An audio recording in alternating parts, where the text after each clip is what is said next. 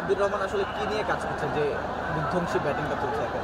না আমি ভাই নর্মালি চেষ্টা করছি যে বিপিএলটা টি-20 খেলা যেহেতু কীভাবে ইম্প্যাক্ট করা যায় আর কীভাবে নিজেকে মেলে ধরা যায়।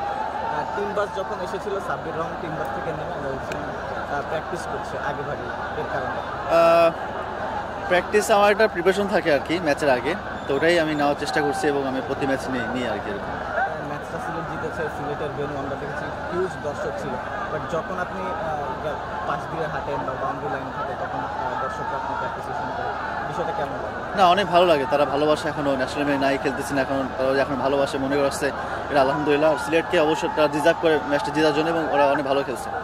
এবং সাব্বির রহমানের ব্যাটিং দেখার জন্য সবাই মুখে আছে, জাতীয় দলে ফেরার জন্য সাব্বির রহমানের চেষ্টা করা। আমার কাজ চেষ্টা করা, পারফর্ম করা, বাকিটা আল্লাহ ইচ্ছা ইনশাল্লাহ। এবং এ ধরনের বিধ্বংসী ব্যাটিংয়ের পিছনে সবার কোনো রহস্য আছে? না কোনো রহস্য নয়, প্র্যাকটিস করছি, আল্লাহ ফল দিচ্ছে, দোয়া করে আমার জন্য যেন আরও ভালো করতে পারি। আপনার ফ্যানদের উদ্দেশ্যে ফ্যানদের উদ্দেশ্যে আসলে কি বলবো বুঝতেছি, but thank you so much support করার জন্য, এবং আশা করি আপনারা ভালোবাসবেন, যেভাবে ভালোবাসছেন আশা করি সামনে আরও ভালোবাসবেন। Thank you.